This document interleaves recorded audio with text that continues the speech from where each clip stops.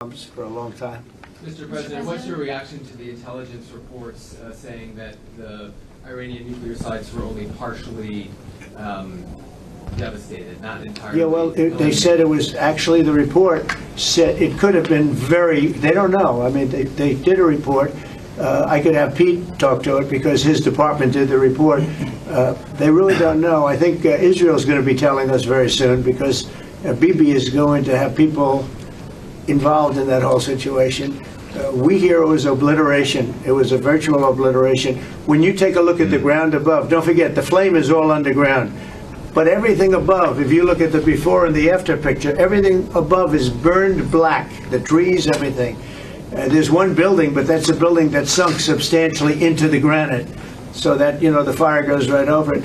I believe it was total obliteration. I believe they didn't have a chance to get anything out because we acted fast. If it would have taken 2 weeks, maybe, but it's very hard to remove that kind of material. Very hard and very dangerous for them to remove it. Plus, they knew we were coming, and if they know we're coming, they're not going to be down there.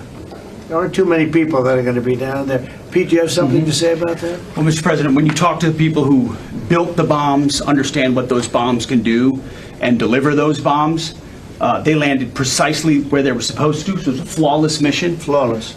Right down where we knew they needed to enter, and given the 30,000 pounds of explosives and capability of those munitions, it was devastation underneath Fordo. And the amount of munitions, 6 per location, any assessment that tells you it was something otherwise is speculating with other motives. And we know that because when you actually look at the report, by the way, it was a top secret report, it was preliminary, it was low confidence. All right, so this isn't, you make assessments based on what you know. And it said it could be very devastating, very serious. Moderate to severe, and we believe far more likely severe and obliterated. So this is a political motive here. Is there a leak investigation? Of course, we're doing a leak investigation with the FBI right now because this information is for internal purposes, battle damage assessments, and CNN and others are trying to spin it to make the president look bad when this was an overwhelming success. We had a tremendous success, and this is the New York Times. I call it the failing New York Times. It's going to hell. And CNN, which, as you know, very few people are watching. And you would think they'd do the opposite. You would think they'd want to say, this was an unbelievable success. And the thing that hurts me is it's really demeaning to the pilots and the people that put that whole thing together, the generals. That was a perfect operation. And when you look at the holes, and this was done from 52,000 feet, there was no moon, there was no light, and those 3 holes are right together. And also, and nobody talks about this, we shot 30 Tomahawks from submarines. In particular, one submarine, but that was 400 miles away. And every one of those Tomahawks hit within a foot of where they were supposed to hit. Took out a lot of buildings that Israel wasn't able to get. We took them out with Tomahawks. We don't even talk about that. This was a devastating attack, and it knocked them for a loop. And, you know, if it didn't, they wouldn't have settled. If they had won, if we didn't take it out, they wouldn't have settled. Somebody mentioned that to me last night. If that thing wasn't devastated, they would have never settled. Marco, do you have something to say? No, first of all the stuff about the intelligence, this is what a leaker is telling you the intelligence says. That's the game these people play. They read it, and then they go out and characterize it the way they want it characterized, and they're leakers. This is the game they play. So that's number one. Number two, here's a fact. The conversion facility, which you can't do a nuclear weapon without a conversion facility. We can't even find where it is, where it used to be on the map. You can't even find where it used to be because the whole thing is just blackened out. It's gone. It's wiped out. It's wiped out. Then we dropped 12 of the strongest bombs on the planet right down the hole in 2 places. Everything underneath that mountain is in bad shape. And I refer you to the statement of the IAEA, Mr. Grossi. Yes. You know what he said? He said there was Iran, the way it looked the day before the attack, and what their nuclear program looks like now. 2 very different things. They are way behind where they were just 7 days ago.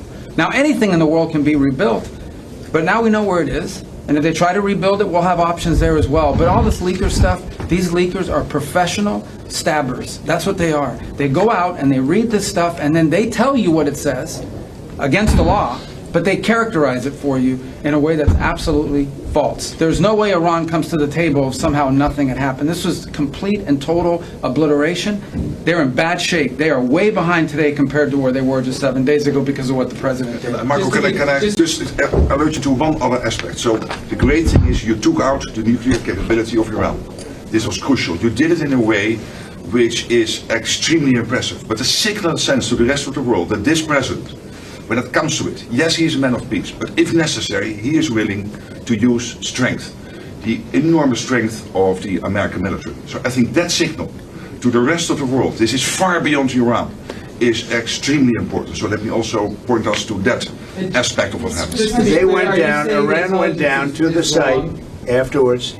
They said it's so devastated, and they settled when they saw what we did to it. And frankly, if we didn't do that, they would have had a lot of ammunition to keep going. They wouldn't have settled. Somebody brought that up, and 2 Iranians went down to see it, and they called back and they said, this place is gone. So it's just fake news by CNN, which has got no ratings. It's a failed network. Anybody here from CNN, by the way? Because you're a really disgraceful network. MSNBC, I think, is actually worse. But they're all pretty bad. But yours is good, Katie, I'll tell you. Mr. President, You know what Marco reminded me that he did such a nice job there?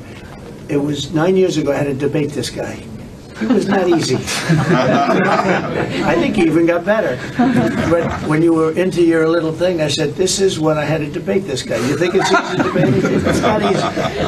How long do you think that the Iranian nuclear program has been put back by these strikes? Years or totally obliterated? I think basically decades, because I don't think they'll ever do it again. I just don't think they're going to do it. I think they're going to take their oil, they're going to have some missiles, and I think they've had it. What they want to do is enrich. They've been trying to do it. By the way, it's hard to enrich. And, you know, when you look at a site like that, very, very hard to build. Very, very hard, very expensive. They spent trillions of dollars trying to do this thing, and they didn't come up with it. And we're actually getting along with them very well right now. But had we not succeeded with that hit ended the war. That hit ended the war.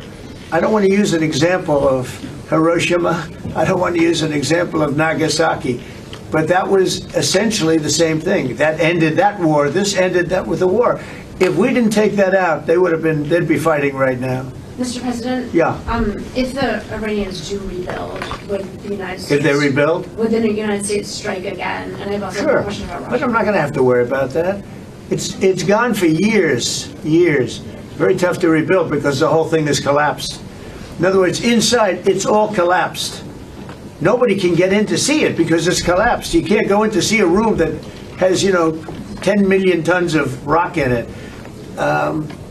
And the tunnels are totally collapsed. But if they rebuild? Well, they've already looked at the tunnels. This was an unbelievable hit by genius pilots and genius people in the military, and they're not being given credit for it because we have scum that's in this group, and not all of you are. You have some great reporters, but you have scum. CNN is scum. MSDNC is scum. The New York Times is scum. They're bad people. They're sick. And what they've done is they're trying to make this unbelievable victory into something less. Now, even they admit that it was hit very hard, okay? But it wasn't hit hard. It was hit brutally, and it knocked it out. The original word that I use, I guess it got us in trouble because it's a strong word. It was obliteration. And you'll see that. And it's going to come out. Israel is doing a report on it now, I understand. And I was told that they said it was total obliteration. They have guys that go in there after the hit, and they say it was total obliteration. And I don't want it for me. I want it for the pilots. I want it for the military. They did such a good job. If you were in the Situation Room with me, with the generals and all of the people that did such a good job, and then they get demeaned by these idiots at CNN who can't get ratings, the place is dying, nobody wants to even waste their time going on their shows. So they form with the New York Times, who's dying also. Without Trump, you wouldn't have a New York Times. And then just changing gears to your meeting with Zelensky later today, can you give us any preview of what the two of you might be discussing? No, well, we'll discuss the obvious. We'll discuss his difficult The nice guy. I mean, I'm going to meet him today. I don't know. I assume we're going to be discussing Ukraine. Yes. And it seems like the most Is likely there subject. any restart talks there or anything that you might do? Well, we're going to see. I mean, I've spoken to Putin a lot, and he actually was very nice. He volunteered help on, as you know, on Iran. I said, no, I don't need help on Iran. I need help on Russia. Okay? I said, do me a favor. Help us on Russia, not on Iran. But he was very nice. We're going to talk about that. We're going to talk. I think progress is being made. I think great progress is being made on Gaza. I think because of this attack that we made, I think we're going to have some very good news. I was talking to Steve Witkoff, who, by the way, is terrific, and who knows more about this subject than anybody, the subject of what we were just talking about. He was on last night with Jesse and with Laura and with Sean. And boy, Susie, he has a great take on it. He just explains it so easily. He's really very knowledgeable. But he did tell me that Gaza is very close. Mr. President, just Oh, well, Shall we go on? one follow, and Secretary expressed the intelligence wrong. well, the intelligence was very inconclusive. The intelligence says we don't know. It could have been very severe. That's what the intelligence says. So I guess that's correct. But I think we can take that we don't know. It was very severe. It was obliteration. And you'd think that a media outlet would say, isn't that a great thing? I mean, more importantly for the pilots, for the military, you take their guts out. You take their absolute guts out. They had a tremendous attack. It was a complete obliteration. The other team, the other group, Iran, said, let's stop this. And you know what? Israel said it too. Very smart. They fought like hell, and then they said, let's stop. And they're going to build themselves. And I really see it as sticking. I mean, we may do papers on it, Marco. Maybe we're going to do papers. I don't even know if you need them. They're not going to be fighting each other. They've had it. They've had a big fight, like two kids in a schoolyard. You know, they fight like hell. You can't stop them. Let them fight for about 2-3 minutes. Then it's easy to stop them. And then Daddy has to sometimes use strong language to You have to get use stop. strong language. Every once in a while, you have to use a certain word. I think you have to join the house. Yes, we're going to join some other group. Yes, thank you. Katie, one last question. Do you believe she's so good. That's the only reason I tell you. Thank you, Mr. President. She used to be very difficult, but now she, go ahead. Do you believe that this strike on the Iranian nuclear program will lead to the release of the hostages in Gaza? I think that it helped a little bit. It showed a lot of power. Yeah, I think it helped, but we're going to get separately, even before this, we were very close to making a deal on Gaza. I think this helped, yes. Okay, thank you, Kevin. Thank you. Thank you, everybody. Thank you. NATO का सरबराह इजलास Netherlands के दारुल हुकूमत दी Hague में आज दूसरे रोज़ भी जारी है। अमरीकी सदर डोनाल्ड ट्रंप इसमें इज़हार ख़याल कर रहे थे। उन्होंने कहा कि ईरान इसराइल हालिया कशीदगी के हवाले से उनका कहना था कि मेरे कहने पर इसराइल के तैयारे वापस गए। इसराइल ईरान सीज़ फायर पर बेहतर अंदाज से अमल हो रहा है। उन्होंने कहा कि ईरानी शानदार लोग हैं, जंग किसी मसले का हल नहीं है। ईरान इसराइल सीज़ फायर मुआहदे के निकात पर दोनों फरीक मुत्तफिक थे। उन्होंने कहा कि ईरान इसराइल जंग में सिविलियन शहरियों को निशाना बनाया गया। खित्ते में अमन के लिए अमरीका अपना किरदार अदा करता रहेगा। उन्होंने कहा कि नेटो ममालिक भी अपनी दिफाई जिम्मेदारियां पूरी करें। अमरीका अब दूसरों का बोझ नहीं उठा सकता।